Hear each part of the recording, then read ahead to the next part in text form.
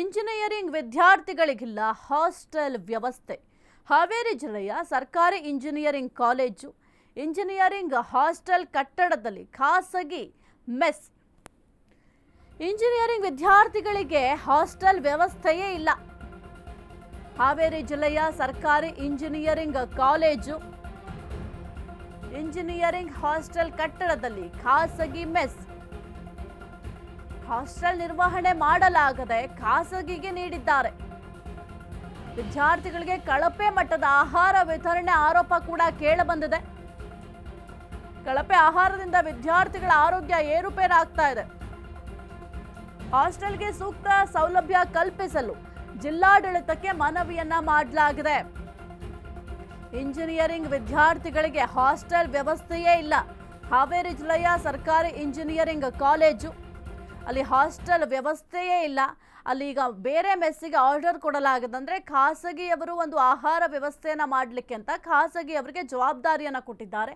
ಆದರೆ ಖಾಸಗಿಯವರು ರೆಡಿ ಮಾಡ್ತಾ ಇರುವಂಥ ಆಹಾರವನ್ನು ಸೇವನೆ ಮಾಡಿ ಎಷ್ಟೋ ವಿದ್ಯಾರ್ಥಿಗಳಿಗೆ ಆರೋಗ್ಯ ಕೂಡ ಏರುಪೇರಾಗಿದೆ. ಸರ್ಕಾರಿ ಇಂಜಿನಿಯರಿಂಗ್ ವಿದ್ಯಾರ್ಥಿಗಳು ಈಗ 30ಕ್ಕೂ ಅಧಿಕ ವಿದ್ಯಾರ್ಥಿಗಳು ಆರೋಗ್ಯದ ಅಸ್ವಸ್ಥ ಕಾರಣದಿಂದ ವೀರಾಪುರ ಹಾಸ್ಪಿಟಲ್ ದಾಖಲಾಗಿದ್ದಾರೆ. ಶನಿವಾರ ದಾಖಲಾಗಿರ್ತಕ್ಕಂಥ ವಿದ್ಯಾರ್ಥಿಗಳು ಈವರೆಗೂ ಕೂಡ ಶಾಸಕರು ಮತ್ತು ಜಿಲ್ಲಾಡಳಿತ ಯಾವುದೇ ಸಂಬಂಧ ಅಧಿಕಾರಿಗಳು ಭೇಟಿ ಕೊಟ್ಟು ಆ ವಿದ್ಯಾರ್ಥಿ ಆರೋಗ್ಯವನ್ನು ವಿಚಾರಿಸಕ್ಕೆ ಮುಂದಾಗಿಲ್ಲತಕ್ಕಂಥದ್ದನ್ನ SFI ಸಂಘಟನೆ ತೀವ್ರವಾಗಿ ವಿರೋಧಿಸಿದೆ. ಒಂದೇದು ಪ್ರಶ್ನೆ ಇರ್ತಕ್ಕಂಥದ್ದು, ವಿದ್ಯಾರ್ಥಿನಿಯರಿಗೆ ಅಜ್ಜಕ್ಕೆ ಎಲ್ಲ ವಿದ್ಯಾರ್ಥಿ ಹಾಸ್ಟೆಲ್ ಕೊಡಬೇಕಂತ SF ಸಂಘ ಇಷ್ಟೆಲ್ಲ ಹೋರಾಟ ಮಾಡಿದ್ರು. ಯಾಕೆ ವಿದ್ಯಾರ್ಥಿಗಳು ಪ್ರೈವೇಟ್ ಬಿಲ್ಡಿಂಗ್ ಅಲ್ಲಿ ಹೋಗ್ಲಿಕ್ಕೆ ಇವತ್ತು ನೋಡ್ಕೊಳ್ಳಿಕ್ಕೆ ಇವತ್ತು ಒಂದು ವ್ಯವಸ್ಥೆ ಇದೆ, ಮತ್ತು ಹೊರಗಡೆಯಿಂದ ಮೆಸ್ಸಿಂದ ಆಹಾರ ತಂದು ವಿದ್ಯಾರ್ಥಿ ಕೊಡ್ತಕ್ಕಂಥ ವ್ಯವಸ್ಥೆನ ಯಾಕೆ ಸಿಸ್ಟಮ್ ಇಟ್ಟಿದ್ದೀರಿ?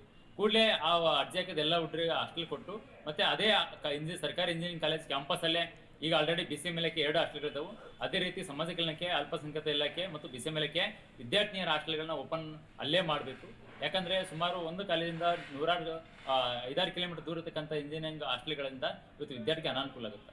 ಹಾಗಾಗಿ ಕೂಡಲೇ ಮತ್ತೆ ಈ ಪ್ರಕರಣ ಶನಿವಾರ ಕಳೆದ್ರು ಕೂಡ ಇವತ್ತಿನವರು ಕೂಡ ಅಧಿಕಾರಿ ಭೇಟಿ ಕೊಡಲೇ ಇರತಕ್ಕಂಥದ್ದು ಮತ್ತು ಒಂದು ಸರ್ಕಾರಿ ಕಾಲೇಜಿನಲ್ಲಿ ಓದತಕ್ಕಂಥ ವಿದ್ಯಾರ್ಥಿಗಳನ್ನ ಯಾವುದೇ ಒಂದು ಸರ್ಕಾರಿ ಹಾಸ್ಪಿಟ್ಲ್ ತೋರಿಸಿ ಅಲ್ಲಿ ಒಂದು ಟ್ರೀಟ್ಮೆಂಟ್ ಕೊಡಿಸೋ ಬದಲಾಗಿ ಯಾಕೆ ಖಾಸಗಿ ಹಾಸ್ಪಿಟ್ಲಲ್ಲಿ ಟ್ರೀಟ್ಮೆಂಟ್ ಕೊಡಿಸ್ತಕ್ಕಂಥ ಉನ್ನಾರು ಮತ್ತು ಇವತ್ತು ಆ ಪ್ರಕರಣನ ಸ್ವಯಂ ದೂರು ಮಕ್ಕಳ ದಾಖಲನ್ನ ಇವತ್ತು ಆಹಾರ ಇಲಾಖೆ ಆಗಿರ್ಬೋದು, ಪೊಲೀಸ್ ಇಲಾಖೆ ಆಗಿರ್ಬೋದು ಅಥವಾ ಜಿಲ್ಲಾಡಳಿತ ಆಗಿರ್ಬೋದು, ಸಂಬಂಧಪಟ್ಟ ಇಲಾಖೆಗಳು ತನಿಖೆ ಮಾಡಿ ಆ ಒಂದು ಮೆಸ್ಸಿಗೆ ಪರ್ಮಿಷನ್ ಇದೆಯೋ ಇಲ್ಲೋ ಅಥವಾ ಅಲ್ಲಿ ಎಷ್ಟು ಸಿಬ್ಬಂದಿಗಳಿರಬೇಕು, ಅಲ್ಲಿ ಆಹಾರ ಗುಣಮಟ್ಟ ಯಾವ ರೀತಿ ಇರಬೇಕಂತಕ್ಕಂಥ ಸಮಗ್ರ ತನಿಖೆ ಮಾಡಿ ಆ ಒಂದು ತಪ್ಪಿತಸ್ಥರ ಮೇಲೆ ಶಿಕ್ಷೆ ಆಗಬೇಕು.